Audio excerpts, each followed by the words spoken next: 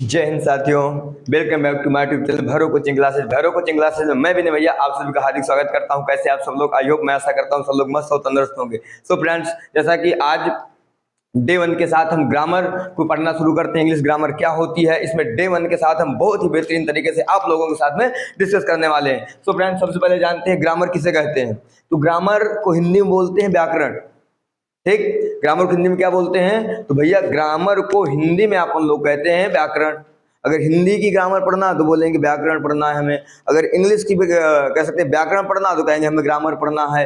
अगर उर्दू की बात करें तो वहाँ कवायद पढ़ी जाती है। सो फ्रेंड्स, सबसे पहले हम जानते हैं कि ग्रामर होती क्या है, ग्रामर क्या है, व्याकरण क्या है, कवायद क्या है। इसमें जरा हम थोड़ा सा बातचीत करेंगे। सो फ्रेंड्स देखिए, ग्रामर को अपन लोग हिंदी में बोलते हैं व्याकरण, और आज डे 1 के साथ हम बहुत ही बेहतरीन तरीके के साथ आपको ग्रामर इस तरह से एकदम घोल कर पिला देंगे कि आपको 7 पुश्तों तक ग्रामर भूलने वाली नहीं है। सो फ्रेंड्स देखिए, अगर हम एक बार थोड़ा सा डिफिनेशन पे चर्चा करें फिर अपने स्तर से इसको सीखते हैं। देखिए, ग्रामर वह विद्या या कला है जिसके माध्यम से हम किसी भी भाषा को ठीक प्रकार से लिखना, पढ़ना, बोलना, समझना ठीक प्रकार से आ जाए, उसे ग्रामर कहते हैं। देखिए, ग्रामर वह विद्या या कला, यानी कह सकते हैं ग्रामर एक ऐसी युक्ति है, एक ऐसी टेक्निक है जिसके माध्यम से हम किसी भी भाषा को ठीक प्रकार से लिखना, पढ़ना, बोलना, समझना, ये सारी चीजें हमारे समझ में आ जाएं,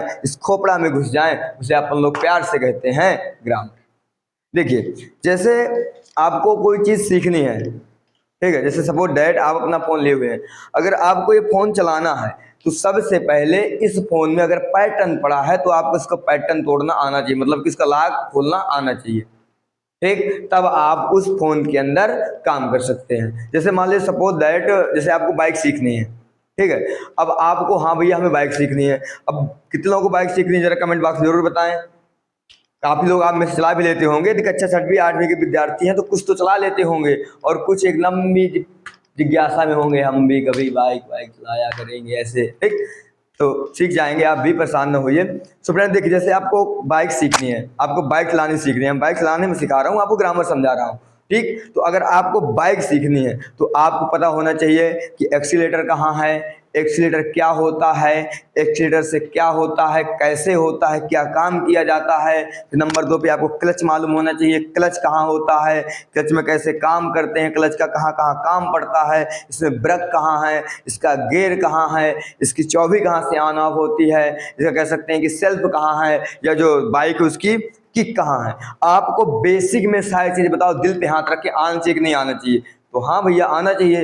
जब तक हमें ये नहीं पता होगा कि एक्सीलेटर कहाँ है, इसका क्लच कहाँ है, इसका गियर कहाँ है, इसका सेल्फ कहाँ है, इसकी चाबी कहाँ से ऑन ऑफ होती है, ये सारी चीजें आपको बाइक चलाने के लिए आनी चाहिए।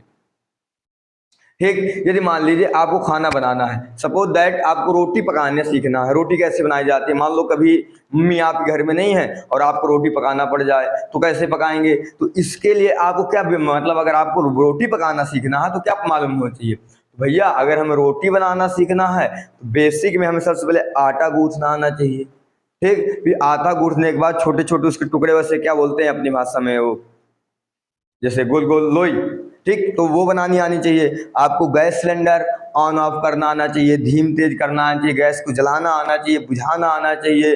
ठीक, और रोटी आपको बेलने में ऐसे ऐसे गोल गोल मम्मी लोग घुमाया करती है ना, वैसे घुमाना आना चाहिए। ये सारी चीज़ बताओ आना चाहिए कि नहीं आना चाहिए, तब आप जा करके कहीं रोटी पका पाएंगे। तो हाँ भैया, तो ऐसे ही ठीक अगर आपको ग्रामर सीखनी है तो जैसे बाइक चलाने के लिए हमें बाइक के पूरे पार्टों के, कह सकते हैं कि जहां जहां से बाइक को मूव करते हैं, ड्राइव करते हैं, उन चीज़ों के बारे में पूरी जानकारी होनी चाहिए। मान लीजिए हमें रोटी पकानी है, रोटी पकाने के लिए जो भी हमने बेसिक जानकारी बताई वो पूरी मालूम होना चाहिए, तब आप कहीं जा करके इन कार्यों पे सक्षम हो सकते, नहीं तो फिर कुछ होने वाला नहीं है। तो ऐसे ही अगर आपको किसी भाषा को सीखना है, XYZ कोई भी लैंग्वेज हो, चाहे हिंदी हो, उर्दू हो, अरबी हो, फारसी हो, मराठी हो, गुजराती हो, तमिल हो, कुछ भी हो, इंग्लिश हो, अगर कोई भी आपको लैंग्वेज सीखनी है तो आपको उसकी क्या आनी चाहिए? ग्रामर। भैया जैसे आपको हिंदी सीखना तो आपको क्या आना चाहिए? ग्रामर। भैया क्या बात कर रहे हैं, हम लोग हिंदी तो पहले सीख चुके हैं। तो आप गलत फहमी में हैं, आप हिंदी, जब तक आपको हिंदी की ग्रामर का ज्ञान नहीं है तब तक आप हिंदी बिल्कुल नहीं सीख सकते हैं।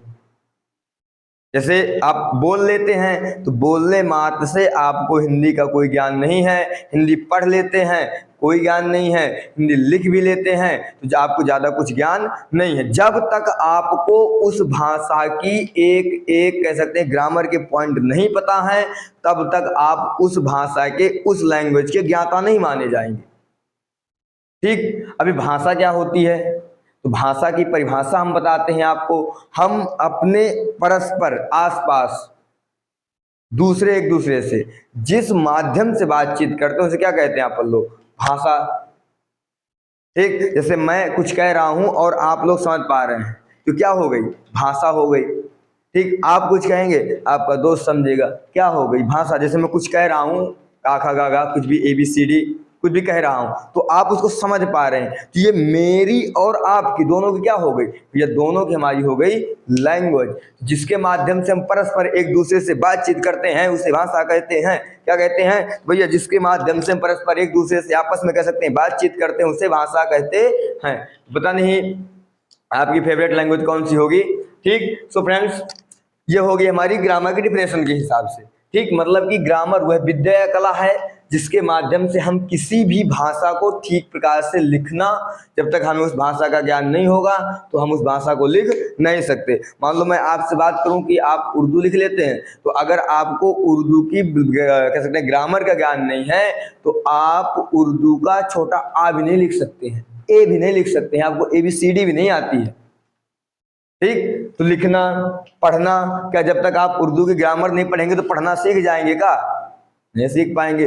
बोलना हाँ, उसे सुनकर किसी से बोल सकते हो कुछ दो चार शब्द, लेकिन अगर परस्पर कोई उर्दू वाला ज्ञाता है, विद्वान है, उसके सामने हम तुम्हें कहेंगे इससे बातचीत करो उर्दू में, तो जब तक आपको उसकी ग्रामर का ज्ञान नहीं है आप लोग भैया शून्य हो जाओगे वहां भी कुछ नहीं बोल सकते हैं। ठीक, तो क्यों, क्योंकि समझ ही में नहीं आएगा क्या बोल रहा है।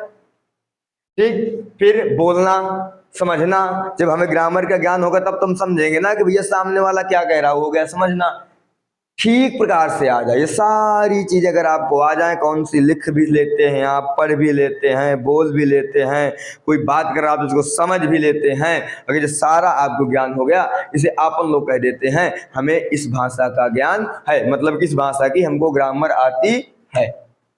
तो फ्रेंड्स इस प्रकार से क्या होगी ग्रामर की परिभाषा, और इसे कहते हैं ग्रामर, ऐसे ग्रामर को संबोधित करते हैं। आप लोग ग्रामर की परिभाषा क्या करेंगे, थोड़ा सा रट लेंगे, याद कर लेंगे, समझ लेंगे, कैसा भी करके आपको इसको मस्तिष्क में अपने रख लेना है। तो देखिए इंग्लिश ग्रामर के मुख्य रूप से 4 भेद होते हैं। जो इंग्लिश ग्रामर के एलिमेंट होते हैं, भाग होते हैं, कितने होते हैं, मुख्य रूप से 4। देखिए नंबर 1 पे, अगर हम नंबर 1 पे बात करें भैया तो हो गया हमारा लेटर। ठीक, लेटर को अपन लोग हिंदी में बोलते हैं वर्ण या अक्षर। नंबर 2 पे हो गया वर्ड, नंबर 3 पे हो गया सेंटेंस, और नंबर 4 पे क्या हो गया, पद। देखो जब आप एकदम छोटे से रहे होंगे तो आपकी मम्मी ने जब आपको इंग्लिश पढ़ाना सिखाया होगा तो सबसे पहले ABCD पढ़ाई होंगी, है ना, ABCD ऐसे करके, तो क्या हो गया, ये लेटर हो गए। सबसे पहले हम लोग क्या सीखते हैं, लेटर, फिर क्या सीखते हैं, वर्ड, फिर क्या सीखते हैं, सेंटेंस, और फिर क्या सीखते हैं, चैप्टर। जैसा कि अगर हमें किसी भी भाषा को सीखना है सबसे पहले हम उसके लेटर का ज्ञान करेंगे। जैसे आपने पहले क्या पढ़ा होगा, तो आपने पहले शुरू में पढ़ा होगा ABCD, फिर पढ़े होंगे A फॉर एप्पल, तो A फॉर एप्पल APPLE, ये क्या हो गया, कई सारे अक्षर हो गए जिसे वर्ड कह देंगे। ठीक, जब आपको बहुत सारी मीनिंग्स वगैरह आने लगी होंगी तो फिर आपने पढ़ा होगा सेंटेंस, जैसे use of this, that, did, those, was, where, has, have, had, may, might, can, could, should, tense, passive voice, narration, सारी चीजें पढ़ी होंगी।